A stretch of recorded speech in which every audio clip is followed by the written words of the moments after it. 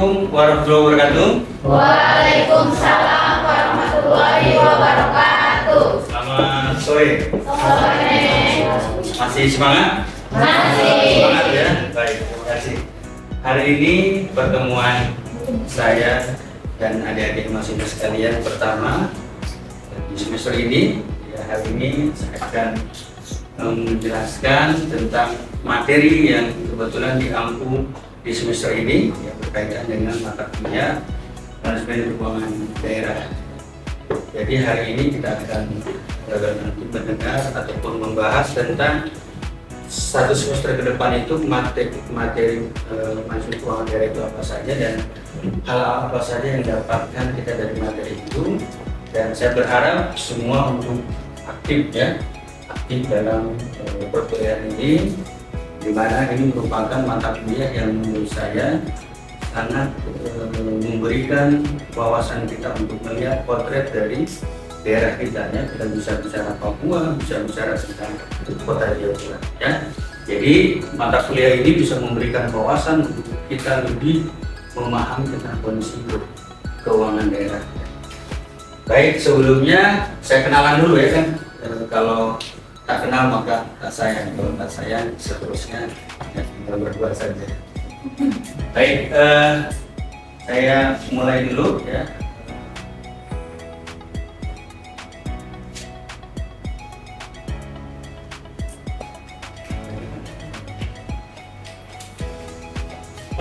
Oh, saya. Baik, mungkin sedikit perkenalan ya. Saya juga kebetulan merupakan alumni di UNIAP. Saya lulus di tahun 1999, kemudian setelah selesai dari UNIAP lanjut di Unjen. Saya lulus tahun 2011, kemudian melanjutkan juga ke S3 di Unjen. Kebetulan dua-duanya S2 S3 dan manajemen. Kemudian untuk selanjutnya kebetulan baru selesai tahun kemarin itu mengikuti PPAK S1 tahun program akuntansi Surabaya. Ini nomor HP saya dan lain kalau nanti ada hal-hal yang sifatnya perlu ditanyakan dari perkuliahan ya, baik masalah tugas dan sebagainya bisa dilihat di HP maupun lainnya. Itu ya. Baik, kita mulai dulu untuk RPS-nya. Kita akan lihat metode pembelajarannya bagaimana, kemudian silabusnya dan hal lain yang berkaitan dengan perkuliahan pada sore hari ini dan akan berlanjut nanti di satu semester ke depan. Ya. Ini untuk pembelajaran mata kuliah keuangan daerah ini, ya pertama kita berharap bahwa adik-adik semua itu bisa memahami tentang masalah kebijakan keuangan ya. Berkaitan dengan baik di pusat maupun di daerah ya. Kemudian juga pada fungsi kebijakan pusat maupun kebijakan daerah. Jadi kalau kita bicara keuangan daerah, maka kita akan melihat potret bagaimana sebenarnya kondisi daripada daerah ya. Kemudian yang kedua, diharapkan bahwa nanti adik-adik semua bisa memahami tentang aspek politik ya, dari kebijakan keuangan, kemudian kedudukan lembaga, ya, pemerintah, kemudian kebijakan serta mekanisme dalam pertanggungjawaban. Ini menjadi penting karena apa? Karena bagaimanapun juga kebijakan keuangan, kalau kita bicara kebijakan daerah itu pasti akan melibatkan berbagai pertimbangan. Ya. Ini cukup menarik dan nanti kita akan bahas itu. Ya. Kemudian yang berikutnya untuk PMK yang ketiga itu adalah memahami berkaitan dengan kebijakan moneter ya, dan inflasi. Dan ini menjadi penting karena tadi inflasi itu menjadi tolak ukur yang penting di dalam ukur kinerja keuangan. Kemudian berikutnya juga di CPNK 4 ini juga diharapkan nanti adik-adik bisa memahami ya berbagai prioritas ya, dalam hal tadi pembangunan nasional, kemudian daerah, transformasi. Jadi ini cukup menarik ya, begitu dengan keterkaitan lembaga di dalam sistem anggaran ya, dari kebijakan fiskal. Kemudian berikutnya yang kelima juga diharapkan nanti adik-adik semua itu bisa memahami tentang hubungan fiskal ya antara lembaga setelah dilakukan kebijakan desentralisasi. Ini menjadi menarik karena kita tahu bahwa awalnya kita menganut pola pemerintahan sentralisasi ya. Nanti dengan desentralisasi ini kita akan melihat hal-hal apa saja yang mungkin menarik, yang kira-kira apa perbedaannya kebijakan pemerintah yang dilakukan sentralisasi dan desentralisasi. Kemudian berikutnya juga nanti kita akan mempelajari juga tentang, kita harapkan bahwa dalam pembelajaran ini nanti adik-adik bisa memahami ya tentang anggaran pemerintah baik pada tingkat pusat ya, maupun daerah, serta berbagai kebijakan yang dilakukan oleh pemerintah daerah terhadap sumber-sumber non pajak maupun retribusi ya. Jadi kalau kita bicara tadi masalah anggaran pemerintah, maka mungkin dalam skala kecil kita bisa melihat ya, kita pasti ya ke mana-mana pun pasti tidak akan pernah lari daripada pajak ya. Kita nonton kena pajak, kita mau parkir juga kena retribusi. Ini konsep-konsep ini nanti akan kita bahas ya. Kemudian berikutnya juga nanti di capaian pembelajaran yang ke-7 itu juga kita harapkan adik-adik bisa memahami tentang pembelajaran ataupun pembelanjaan ya, maupun pengeluaran dari pemerintah baik pusat maupun daerah. Dan kemudian berikutnya adalah alokasi dari anggaran kepada departemen ya, alokasi DAU, dan kemudian bagi pusat daerah dan proporsi alokasi pajak dengan daerah. Ini menjadi penting karena kita tahu mungkin contoh kayak Papua ya. Kita sekarang ini mendengar bagaimana ada DOP ya. Sekarang Papua jadi berapa provinsi sekarang? Jadi berapa provinsi sekarang Papua? Papua jadi provinsi sudah berapa jumlahnya sekarang? Kan sekarang ada Papua, Papua Barat, Papua Barat Daya, Papua Tengah, Papua Pegunungan. Jadi sudah ada 6. Ada berapa? 6. Ada 6 provinsi. 6 provinsi itu menjadi menarik dari sisi studi. Karena apa? Kaitannya dengan tadi bagaimana transfer pemerintah pusat ke masing-masing daerah.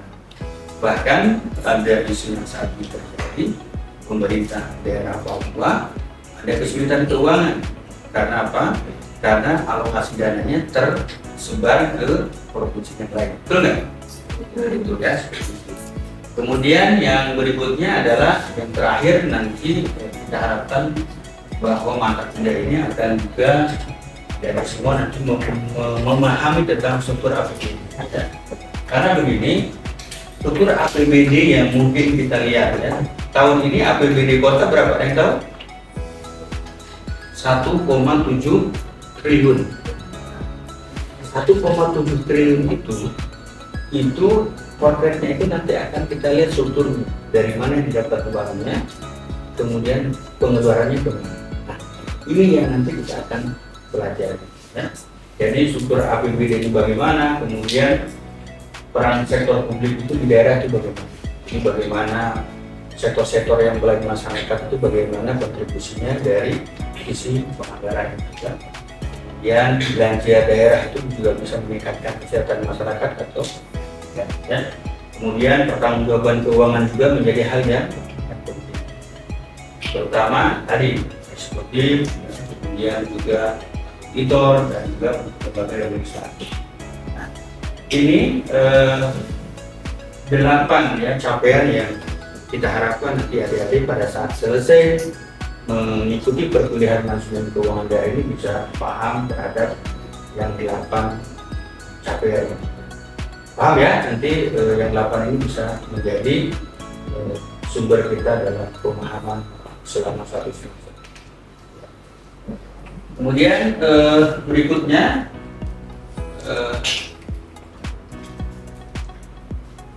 nah ini ada 14 nanti pertemuan ya dengan 2 ujian ya. Nah ini ada beberapa materi yang nanti kita akan saya sampaikan langsung untuk 1 semester. Jadi 1 semester itu nanti tingkat pertama introduksi pengenalan mata kuliah dasar dulu dan sebentar tentang keuangan daerah. Kemudian nanti pertemuan kedua yaitu tentang arti pentingnya ya anggaran sektor publik dan anggaran sektor publik nanti kita akan bahas di pertemuan yang kedua. Kemudian berikutnya prinsip anggaran sektor publik. Kemudian yang keempat jenis anggaran sektor publik. Yang kelima tentang teori politik dan keuangan. Kemudian kebijakan anggaran, dan keenam prinsip pokok siklus anggaran. Ketujuh nanti setelah perkembangan siklus anggaran sektor publik ini ada 3 topik. Barulah nanti di pertemuan ke-8 kita akan melakukan ujian tengah semester. Ya. Kemudian setelah ujian tengah semester nanti akan kita lanjutkan perkuliahan kita bersama dengan 7 pertemuan berikutnya. Ya. Jadi ada nanti perkembangan siklus anggaran sektor publik, ini juga lanjutan dari sebelumnya. Ya, kita 2 pertemuan nanti bertambah. Kemudian yang 11 kita nanti membahas teori agensi dari teori anggaran sektor publik. Dan yang ke-12 ya, pertemuan ke-12 nanti tentang otonomi dan pengelolaan keuangan daerah. Kemudian yang ke-13 kekuasaan pengelolaan keuangan daerah. Dan yang ke-14 sumber pendapatan daerah. Dan nanti pertemuan ke-15 pelaksanaan APBD, rata usaha keuangan daerah, pertanggungjawaban APBD dan pengawasan keuangan daerah. Dan terakhir nanti adalah ujian akhir semester. Ya. Jadi kalau kita lihat dari materinya memang cukup full ya. Jadi 14 pertemuan untuk materi dari saya langsung, dan nanti yang 2 itu UTS dan ujian akhir semester. Plus dengan nanti ada tugas-tugas yang bisa dikerjakan secara mandiri ya masing-masing. Itu berikutnya kita lanjutkan dulu nanti. Untuk buku-buku ya referensinya mungkin ada beberapa buku yang nanti bisa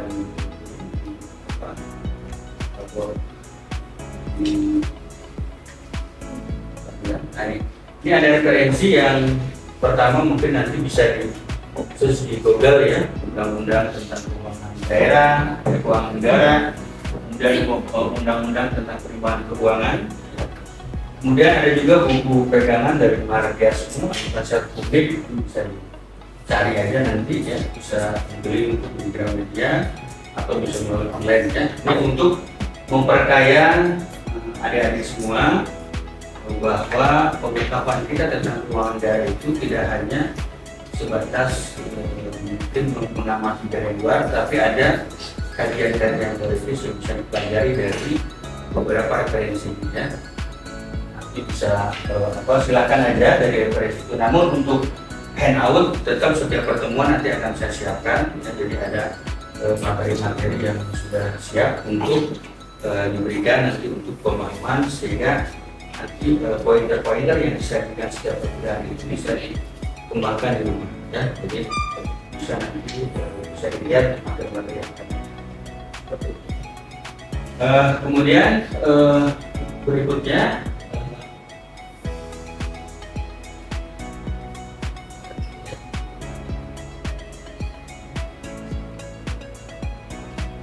dari referensi yang ada silakan aja nanti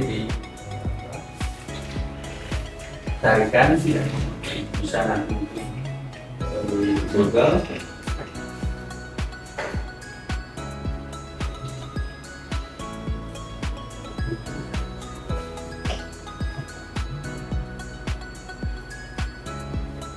Berikutnya mungkin nanti pertemuan-pertemuan mingguan nanti kita akan lihat dari beberapa hal yang nanti pertemuan sebanyak 14 kali tatap muka. Ini ada beberapa pembuatan dan saya harapkan nanti kemampuan-kemampuan yang saya sampaikan betul-betul bisa dipahami ya.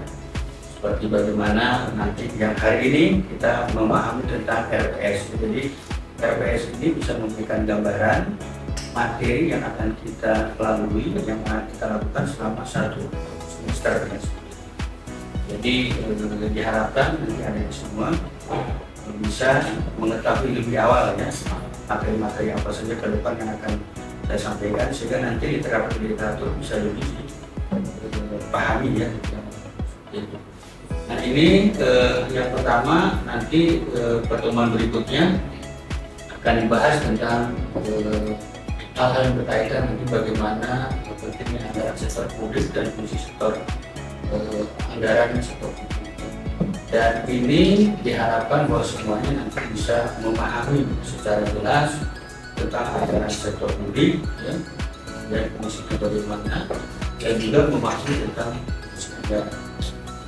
Kemudian berikutnya juga nanti diharapkan ada yang memahami fungsi anggaran sektor publik, dan ini semua akan kita lalui, akan kita bahas dalam satu semester ini ya. Kemudian berikutnya juga kelima, memahami tentang teori politik keuangan publik dan kebijakan anggaran, kemudian prinsip-prinsip pokok siklus anggaran, dan berikutnya tadi sudah disampaikan. Kemudian intinya bahwa yang saya harapkan adalah penugasan mungkin nanti ada kuis dan bisa yang sampaikan ya, bisa semua tepat waktu dalam itu. Nah ini beberapa kriteria penilaian ya, saya harapkan semuanya aktif ya, baik itu kuliah maupun tugas-tugas yang jadi kalau sudah memenuhi daripada item absen dari mulai semester ya, ujian akhir, absensi, kemudian tugas yang dilakukan, insya Allah bisa lulus ya. Harapnya bukan hanya saya benar lulus. Begitu, ada yang ditanyakan dulu mungkin berkaitan dengan materi yang tadi saya sampaikan ya. Namanya siapa? Dasar Adelia. Ya, bagaimana? Izin bertanya bagaimana metode dalam pengumpulan tugas? Oh ya, kasih ya. Nah, karena tugas ini adalah salah satu indikator juga nanti akan menentukan ya dalam kelulusan adik-adik semua, maka nanti tugas itu nanti akan ada kurs yang saya berikan pada saat kuliah materi selesai. Itu nanti silakan di WA yang tadi nomor yang sudah saya sampaikan ke teman-teman, dan juga nanti bisa disampaikan di alamat email tadi ya. Nanti handout-nya akan saya kasih. Terima kasih ya di sini untuk semuanya seperti ini. Ya. Nah, tadi sudah saya jelaskan RPS. Nah, berikutnya saya akan menjelaskan tentang pengenalan dasar tentang manajemen keuangan daerah ini. Ya. Jadi kalau bicara manajemen keuangan daerah, maka yang ada dalam benak kita adalah bagaimana sebenarnya pemerintah daerah itu mengalokasikan kemampuan sumber daya yang ada untuk pengembangan daerah. Jadi simpelnya itu adalah produknya itu APBD. Ya. Jadi kalau bicara manajemen keuangan daerah adalah pengelolaan keuangan oleh pemerintah daerah ya untuk memastikan tercapainya kesejahteraan masyarakat. Ya. Kemudian ini mencakup juga dari mulai perencanaan, penganggaran hingga pertanggungjawaban sesuai dengan peraturan yang berlaku. Artinya apa?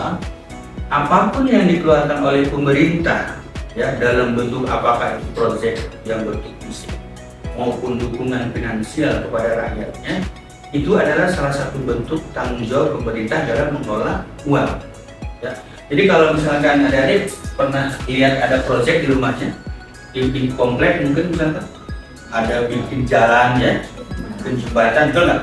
Nah, itu adalah salah satu produk daripada keuangan daerah, di mana pemerintah daerah mengalokasikan anggaran untuk membiayai kebutuhan masyarakat, infrastruktur, jalan, atau misalkan membangun rumah sakit, gedung-gedung sekolah. Nah, ini adalah salah satu tanggung jawab pemerintah dalam memanage keuangan.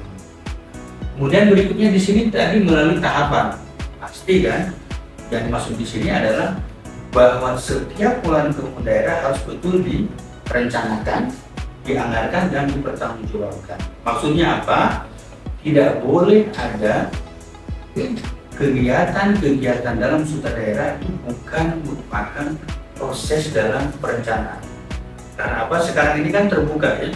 Coba mungkin dengar bagaimana kampung-kampung itu membuat musrenbang ya. Kampung, kemudian di kelurahan, distrik. Karena apa? Ini adalah sebuah proses perencanaan untuk apa sebenarnya yang diinginkan oleh pemerintah terhadap masyarakat. Jadi kalau ada hal-hal yang sifatnya seperti itu menunjukkan bahwa ternyata ini ada proses perencanaan yang dibutuhkan oleh pemerintah daerah untuk memastikan bahwa alokasi anggaran itu bisa dijalankan sesuai dengan apa yang diinginkan.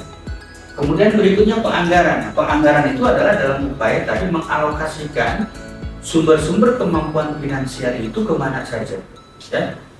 Mungkin tahu, ada yang tahu namanya OPD, dinas. Dinas apa yang ada di kota? Yang tahu apa? Dinas apa yang tahu di kota? Ada saudaranya kerja di kota? Di Pemkot Jayapura? Dinas kan ada dinas dinas kesehatan, ya kan? Ya. Kemudian ada dinas pemberdayaan perempuan. Masing-masing dinas ini itu menganggarkan sesuai dengan tupoksi dan kemampuan perusahaan, kemampuan keuangan daerah. Itu dianggarkan. Jadi ada proporsi masing-masing OPD. Kemudian berikutnya dipertanggungjawabkan. Pertanggungjawaban ini berkaitan dengan apa? Yang dilakukan oleh masing-masing OPD ini benar tidak sesuai dengan tujuannya. Kemudian ada nggak alat bukti yang dilakukan? Ini kan yang sekarang ini kan ada fenomena, ada kasus bertangkap basah, korupsi dan sebagainya ya. Nah, ini menunjukkan apa? Itu menunjukkan bahwa pertanggungjawaban yang diberikan oleh sebuah instansi tidak memiliki kaidah dalam mungkin dari sisi instansi, dari sisi manajerial. Ini yang menjadi masalah. Jadi intinya ketika kita bicara tentang pengelolaan keuangan daerah, pastikan bahwa semua proses itu berjalan sesuai dengan perencanaan, kemudian dianggarkan berdasarkan kebutuhan instansi masing-masing, barulah dilakukan pertanggungjawaban sesuai dengan apa yang dijalankan maupun direalisasikan. Ya, itu mungkin ya pengantarnya. Kemudian berikutnya kita harapkan bahwa, saya berharap bahwa setelah nanti belajar tentang keuangan daerah, ada di pusat pertama mau memahami konsep dasar ya, dalam institusi keuangan daerah ini. Artinya begini, kalau sudah paham nanti institusi keuangan daerah, kita sudah bisa melihat jadi kota Jayapura ini apakah kota yang memang betul-betul mampu memberdayakan kemandirian potensi keuangan di daerah. Kemudian nanti kita akan belajar mengenai pajak bagaimana, retribusi yang bagaimana, ataukah hanya mengandalkan bantuan transfer dari pemerintah pusat misalnya. Dan itu yang dimaksudkan dengan nanti ruang itu. Kemudian yang berikutnya itu kita diharapkan nanti mampu mengidentifikasi proses pengelolaan keuangan yang dilakukan oleh pemerintah daerah. Artinya gini, kita tahu mungkin ya selama ini kita selalu berpikir bahwa saat ini kita mendapatkan misalkan jasa layanan publik ya, misalkan contoh air bersih misalkan. Sekarang pertanyaannya, proyek-proyek air bersih itu didapat dari mana? Ketika pemerintah membangun instalasi jaringan air bersih, atau misalkan membangun rumah sakit dan sebagainya. Ini dari mana pembangunan? Nah, ini mungkin nanti akan menjadi sebuah analisis kita ya, nanti ada saya dapat analisis bahwa ternyata uang-uang yang dibangun oleh pemerintah daerah terhadap fasilitas publik itu ternyata dari uang kita. Dari mana? Nanti potret dari APBD. Gitu ya. Kemudian yang berikutnya yang diharapkan nanti juga yang ketiga adalah memahami ya pentingnya peraturan dalam pengelolaan keuangan daerah. Aturan apa ini banyak tadi di depan sudah regulasi tentang undang-undang tentang pengelolaan keuangan daerah, ada undang-undang tentang perimbangan pembagian keuangan antara pusat dan daerah. Ini nanti akan menjadi sebuah knowledge baru tentang bahwa pengelolaan keuangan daerah itu harus sesuai dengan regulasi. Tidak boleh daerah membuat sebuah kebijakan tanpa ada landasan. Itu yang berikutnya kemudian yang harus dipahami juga ya, pertama tentang manajemen keuangan daerah menjadi penting ya. Karena apa tadi dari awal sudah sampaikan bahwa kalau kita bicara keuangan daerah berarti berbicara tentang bagaimana kemampuan daerah di dalam mengalokasikan sumber daya yang dimiliki untuk kesejahteraan masyarakat ya. Jadi apalagi sekarang musim pilkada ya kan, musim ada janji-janji politik. sebenarnya janji-janji politik itulah mengacu kepada manajemen keuangan daerah. Jadi nanti adik-adik harus lebih kritis. Kalau misalkan nanti ada calon yang bicara tentang program, kira-kira benar tidak? Ya, ada kaitannya dengan pengelolaan keuangan. Jangan membuat program yang bombastis hanya kebutuhan sesaat, tapi ternyata setelah dianalisa kemampuan daerah sangat terbatas. Ya, jadi pertama itu ya aspek yang nanti adik-adik harus pahami untuk memahami keuangan daerah itu adalah transparansi dan akuntabilitas. Artinya masyarakat itu boleh mengawasi dalam anggaran daerah. Jangan sampai ada hal-hal yang tidak sesuai dengan peruntukan. Ya. Boleh ya kita katakanlah melakukan sebuah proses ini uangnya dari mana? Terus kemudian daerah saya kenapa tidak dapat anggaran yang seperti itu? Ya. Kemudian berikutnya efisiensi dalam penggunaan sumber daya. Artinya ini menjamin bahwa apa yang dianggarkan itu betul-betul sesuai dengan sasaran yang diharapkan. Kalau memang untuk tujuannya itu kesehatan, berarti alokasinya untuk bidang kesehatan. Kalau untuk tujuan kepeduan, berarti untuk fasilitas ini. Ya. Kemudian yang berikutnya adalah keseimbangan fiskal daerah, menghindari defisit. Artinya ada kemampuan dalam memanage. Jangan sampai ada istilah lebih besar pasak daripada tiang. Artinya apa? Uangnya dapatnya sedikit, tetapi pengeluarannya banyak. Ya. Ya. Berikutnya fungsi kita memahami manajemen keuangan daerah itu apa? Itu sebagai proses tadi ya perencanaan, kemudian penganggaran, pelaksanaan, pengawasan dan evaluasi dan pertanggungjawaban. Jadi kalau nanti kita sudah mempelajari manajemen keuangan secara utuh, apalagi mungkin nanti ada ini kan calon birokrat, ya, siapa tahu nanti ada di kerja di pemerintah daerah, apakah nanti di kota Jayapura, mungkin kota Jayapura, kita harus paham bahwa semua fungsi-fungsi yang ada dalam manajemen itu harus dipahami betul. Jadi sebagai pertemuan awal, saya kira ini tadi cukup menarik ya yang bisa saya sampaikan, dan mudah-mudahan ada absennya tadi? Ya, coba lihat dulu, ya saya mau lihat dulu. Absen yang ada dulu ya. Zahwan Anabila, ya hadir ya. Kalin Amarga, kemudian Santi Wulandari, ya. Lorenzo Hamdani, ya, Andika, kemudian Media, ya. Suci Rahmadani, Eva Sofiana, Okta Fadila, ya. Good, Adida, Sofia, Kristia, Alia, Jessica, Bunga, ya. Nurjana, Adinda, Komisi ya, oke. Chandra, ya, 21 orang ya.